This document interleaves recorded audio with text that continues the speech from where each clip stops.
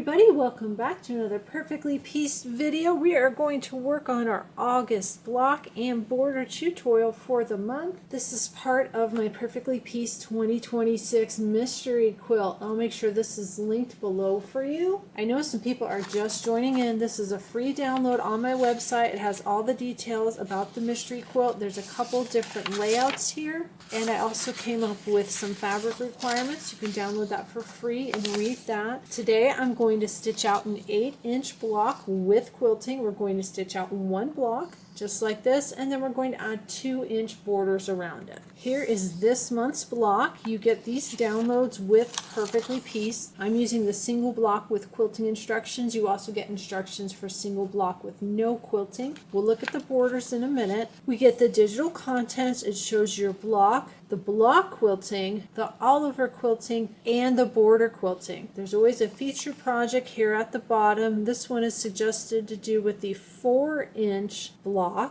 And then on the back of that page, they give you some other layouts, helps you think about how you might want to arrange the blocks, see how it looks in different formations.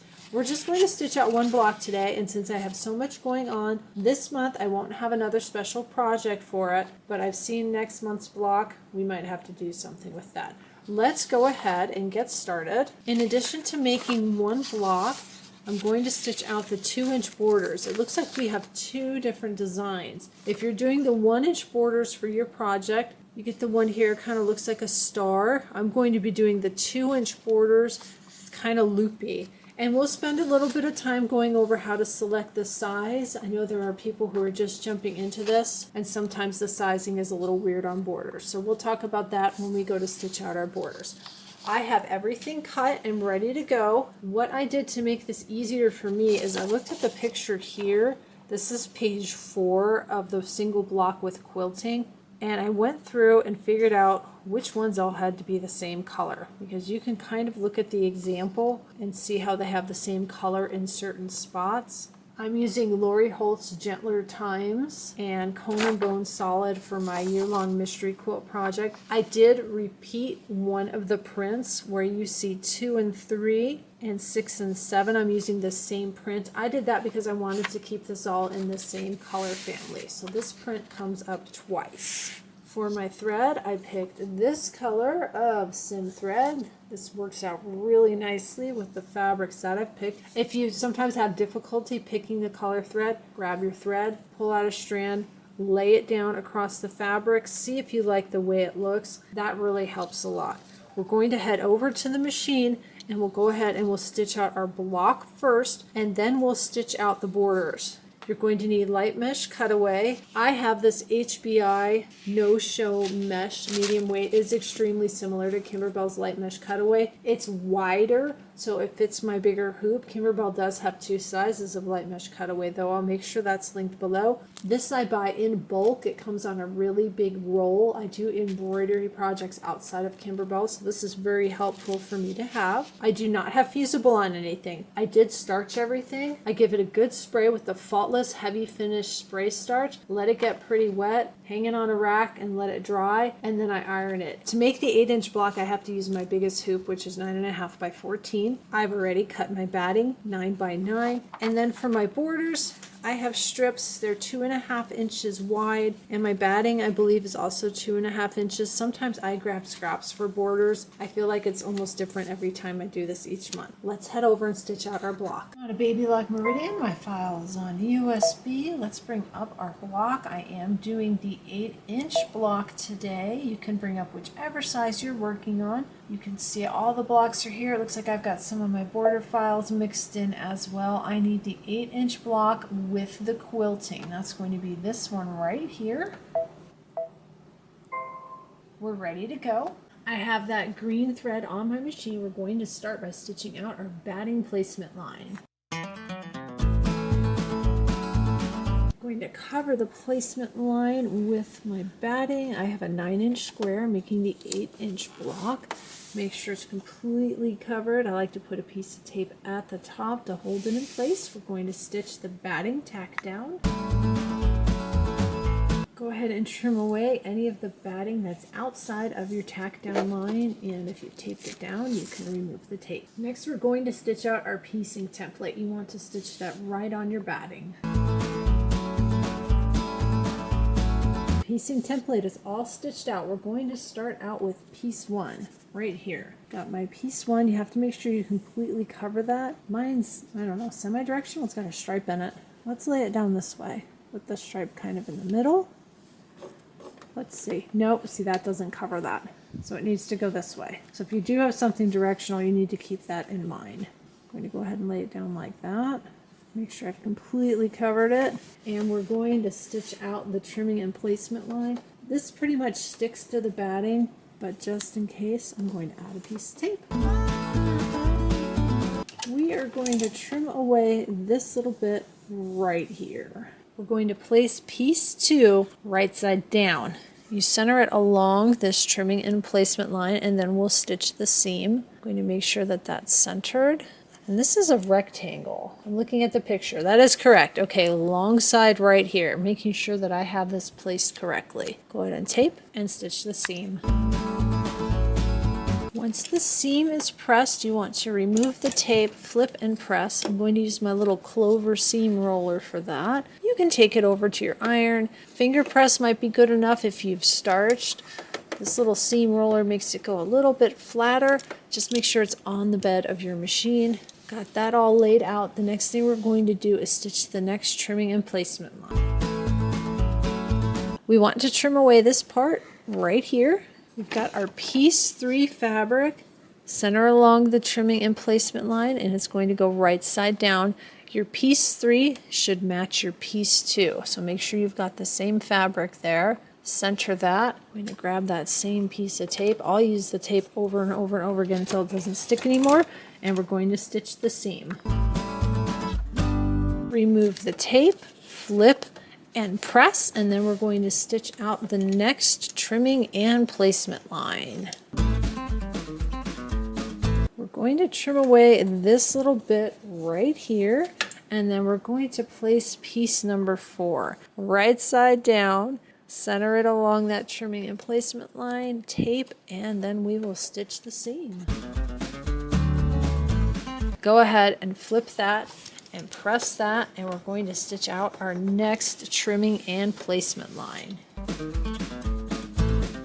We want to trim the top away. Piece 5, same color as piece 4. So you've got your piece 1, 2, and 3, 4, and 5.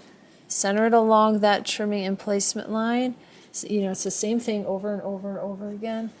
Tape it, stitch the seam, flip and press. I've got that flipped and pressed. We're going to stitch out our next trimming and placement line. We want to trim away this piece here and the little piece right here. We are up to fabric number 6. This one's going pretty quick. Go ahead and lay that right side down, center it along that placement line, stitch the seam, flip and press. We're going to stitch out our next trimming and placement line. Going to trim away the top. As I'm putting this together, just thinking about if you're going to be using this in a project and making more, what I think would look really neat, maybe colors of sunset, maybe starting with a bright yellow and sort of transitioning to an orange. You could do solids and do one color and kind of create an ombre effect, maybe starting lighter and going to darker, or darker in the center, going to lighter on the outside. There's a lot of possibilities for this one. You don't always have to use a print. Let's go ahead and grab fabric 7. Here's our fabric 7, right side down. Make sure to center it along that trimming and placement line, and we're going to stitch out the seam. I'm going to add a couple pieces of tape just to make sure my outside pieces stay in place. We're going to stitch out our next trimming and placement line. Looks like it's going to go this direction. We're going to have a bit to trim on this one. It definitely has to come off the machine. All of these little pieces here are going to need to be trimmed away. I've got that trimmed away. Next is piece 8. It's a long piece, that's why I have this on my lap and not back on my machine yet. I'm going to place it right side down, centered along that really long trimming and placement line.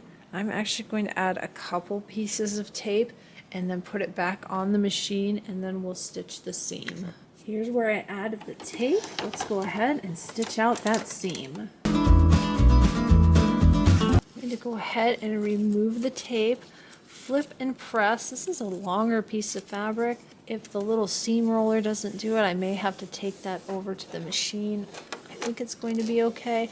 I have to watch here. It's off the bed of my machine, so when I use the seam roller, I have to slide this toward myself to make sure that that's supported. Let's go ahead and roll this out. Get that seam nice and flat, and then we're going to stitch the next trimming and placement line. We're going to have another long line just like this. Trim the bits away, place fabric 9, stitch the seam, flip and press. It's exactly the same as this.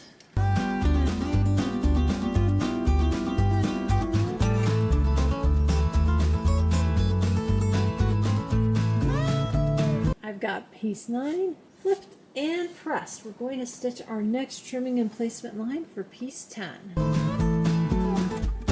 We want to trim away this part right here. I've got that trimmed away. I have this on my lap again. We want to grab our piece 10, right side down, center it along that trimming and placement line. I'll add a couple pieces of tape, making sure to support my hoop underneath from the bottom, and then we'll stitch the seam.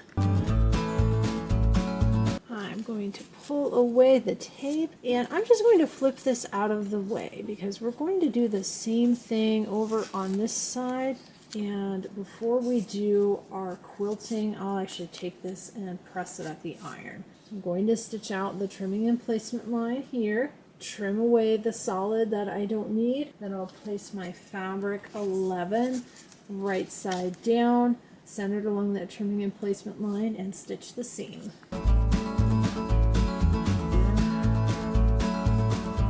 We've got all of our pieces down. What I want to do now is make sure that I remove all of my tape, and then I am going to take this over to the iron. I want to give it a really good press, make sure everything is nice and flat, and then we'll come back and we're going to stitch the trimming line that goes all the way around our block. I've got this nice and pressed. We're going to stitch out the trimming line. That's going to go all the way around our block. We're all set to stitch our background quilting. We're all done with our block. I will trim this at the end with the borders, and then we'll put everything together. Let's look at selecting our border files for this block. Let's go ahead and bring up our files. I only put the 2-inch borders on my USB since I'm doing the 2-inch border. There's also this page for the border files. Sometimes when these print out, you'll notice there'll be an arrow, and like the 7 will be the same size as the 10, the 12 might be the same size as the 14, or vice versa, and that has to do with the repeat of the design. These look like some pretty tight repeats. I'm going to guess everything is pretty close to the size that's listed.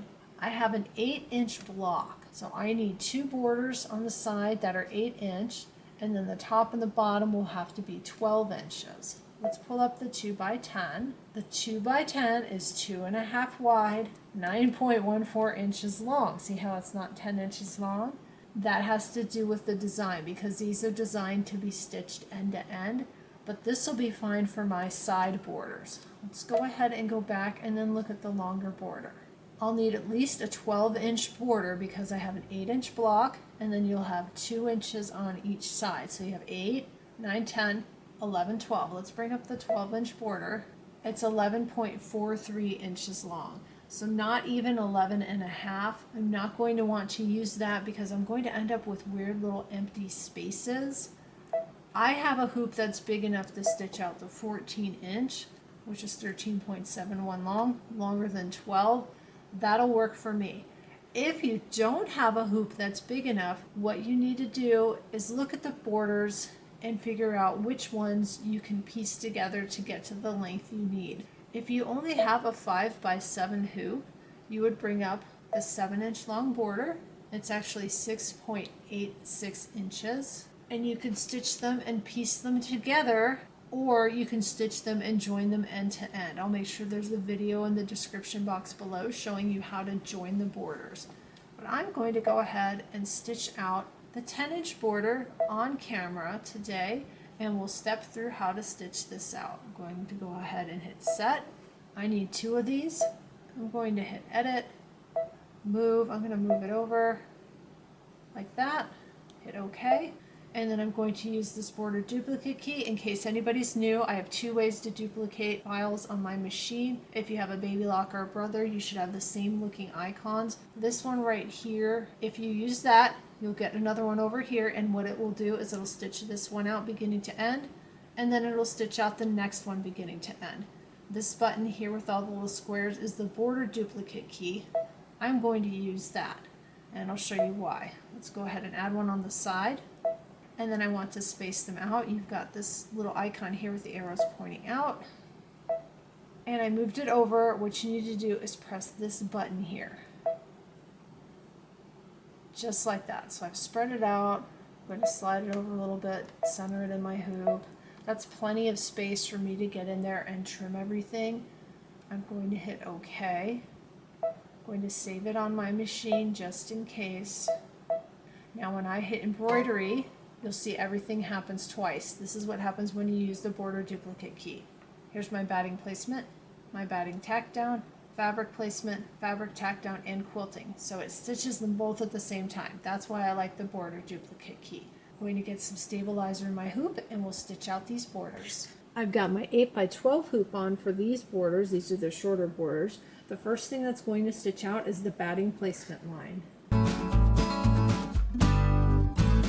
You want to grab your batting, make sure it covers the placement line. I've got a piece of tape at the top. You can also tape it at the bottom. This batting is cut 2.5.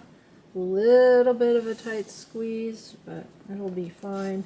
And then on this side, I have a really long piece. It's fine because we're going to trim it. So borders are great for using scraps. Just as long as it's wide enough. We do trim the length as we go, so you don't have to worry about it being too long.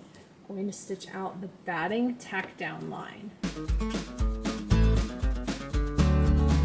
Go ahead and remove the tape and trim away everything that is outside of this tack down line. Got these trimmed. The next thing we stitch out is the fabric placement line. I like to use a visible thread for the fabric placement line. You can only see it from the back. The fabric placement line is going to be the exact width you need to trim your strips, because after we do the placement, we place our fabric and we stitch the tack down, and it's 1/8 of an inch too short on each side. You'll see that when we trim the strips. I'll go ahead and show that again because I know some people are just jumping in. So right now we're going to stitch out the fabric placement line. If you've got white stabilizer and a white or neutral thread, if you can see that, great. If not, you might want to change to a visible thread. I've got a visible thread here. I'm going to go ahead and stitch that placement line. I've got my fabric strips. They're really long. I'm working with yardage. They're going to be trimmed. Just needs to be wide enough. Now I cut these, I think, just over 2.5. Normally I cut these 3 inches. But I cut them a little narrow this time. I wasn't thinking, so it's going to be a little bit of a tight squeeze. I want to make sure I cover that placement line, and then we're going to tack it down. As long as I can't see my thread, I use that visible thread, I know I'm okay. I'm going to add some tape to the bottom to hold it in place. Put my hand underneath, make sure I'm supporting it, and then I'll tape this one down as well. I'm going to sit here and keep an eye on this as it stitches the fabric tack down line. That worked out just fine. I have enough extra on each side. Everything is tacked down. We're going to stitch out the quilting. These are all stitched out. If you're doing a continuous border, you don't trim this. I'll make sure there's a video linked below for you. Now, this is all I need for this part of the project. These are going to be the side borders. So I'm actually going to trim this off. I need this fabric to stitch out my longer set of borders. I'm going to go ahead and do that off camera because it's the exact same thing we just did. And then we'll go over to the table, we'll trim our blocks, we'll trim our borders, and we'll get this block put together. I have everything out of the hoops. Let's go ahead and trim our block. I've got the 8-inch block. I have my Kimberbell rotating cutting mat. I bought that on Kimberbell Day. It was on sale. It was a good deal. We're going to set this down. I'm going to have my orange pop rulers. This is the 8.5 inches squared. I'm going to line that up with that outside stitch line. Get that nice and straight. Once I have that lined up, I like to use my little clip tin as a weight to hold it in place. If you've never used the orange pop rulers, if you're right-handed, you're trimming on the inside on the left. If you're left-handed, you are trimming on the inside on the right. You trim on the inside of these rulers. Your blade goes down into the notch right here, and we're going to go from notch to notch. When you put your blade in, there's a little bit of wiggle room. You want to move it as far over as possible. Make sure you're touching that side of the ruler. So set it in the notch, push it over, notch to notch. Watch your fingers. It's very easy to kind of put your hand like this. You don't want to cut your fingers. We'll go ahead and rotate, move my little paperweight, and then I'll trim the rest of the way around. You do have some good sized pieces of fabric here. I think these are worth saving. If you've got a big piece of stabilizer like I do because I had to use the bigger hoop, definitely worth saving. So anything you have that you can use in another project, make sure to trim away. Don't accidentally throw that away. Next, we're going to trim our borders. Got my smaller borders here. The first thing I want to do is separate them. Looks like I've got a piece of stabilizer here that I can probably save. Sometimes I piece together the stabilizers to get a piece that's big enough for my hoop. So save anything that you can. Peel that back. Gives me another good sized piece. We'll save that, and then I'll separate the strips down the middle, and then we'll trim our strips. I have the 2.5 inch wide, so 2-inch finished strips. From the front, it's not quite 2.5 inches. Do you see that? This stitch line on the front is not your trimming line. It's 1/8 of an inch short on either side. If you want to trim from the front, you certainly can, especially if you have a ruler like this that has those 8-inch marks. You could line it up with the 8th inch mark. The 1/8 inch mark, make sure it's straight. I actually like to trim from the back. I think it's easier. Let's fold it over. This is why I say to use a visible thread for that fabric placement line. When I place my ruler right on that placement line, it's exactly 2.5 inches. So if you don't have a 2.5 inch wide ruler, this outside line, which you can only see from the back because that's your fabric placement line. See, it's only on the stabilizer, so you don't see it from the front. But between those two lines is going to be 2.5 for the 2-inch border or 1.5 for the 1-inch border. It's exactly the size you need. I should have kept my rotating cutting mat up. It would make this easier. I always forget and put it away with the orange pop rulers. I'm going to go ahead and line that up, hold that in place.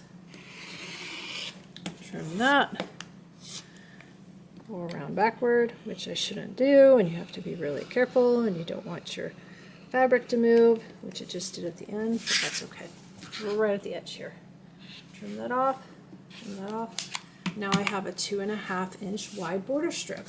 I have to trim my other small one and the 2 long ones. I'll go ahead and do that off camera. I've got everything trimmed. We're ready to sew this together. You have to think about which way is up, especially if you put short borders on the side, long borders top and bottom. So position this however you want it to go. Like this is fine. I'll do it like the picture. For the borders, I think I'm going to place mine like this with the points going out. I'll sew the 2 side borders on. Make sure that I've got them nice and centered, that I don't, accidentally sew it like that. So we'll sew the side borders on, 1/4 inch seam allowance, press, and then I'll sew on the top and the bottom. Make sure I have everything pointing out, press, and then I'll bring it back and show you. I sewed on the short borders, trimmed, sewed on my long borders. I thought I would show you trimming the long borders in case you haven't watched one of these videos before. Same thing applied to when I put on the short borders, which were longer than my block. I used one of my seams. Line up a line on the ruler with one of your seams because your seam is nice and straight. I can check down here as well. Feel for that there. Make sure I'm not too far over. Trim that. And then do the same thing on the other side. Use a line on your ruler, line it up with your seam, line that up, double check here, good to go. We are all done with our August block with borders. This is going to go into our mystery quilt for 2026. Hard to believe we've only got a few blocks left. It's looking good so far. I might do another block parade next month. Thank you so much for joining me. Please be sure to like, subscribe, and share if after watching this video you're thinking of signing up for Perfectly Pieced. I would greatly appreciate it if you use the link below. I receive a small commission from Kimberbell, but more importantly, it lets them know that people are watching and enjoying my content. There will also be a link below to my private Facebook group. You have to answer one security question to join. That helps keep out the bots and the spammers. Thank you for making this block with me today, and I'll see you next time. Bye, everybody!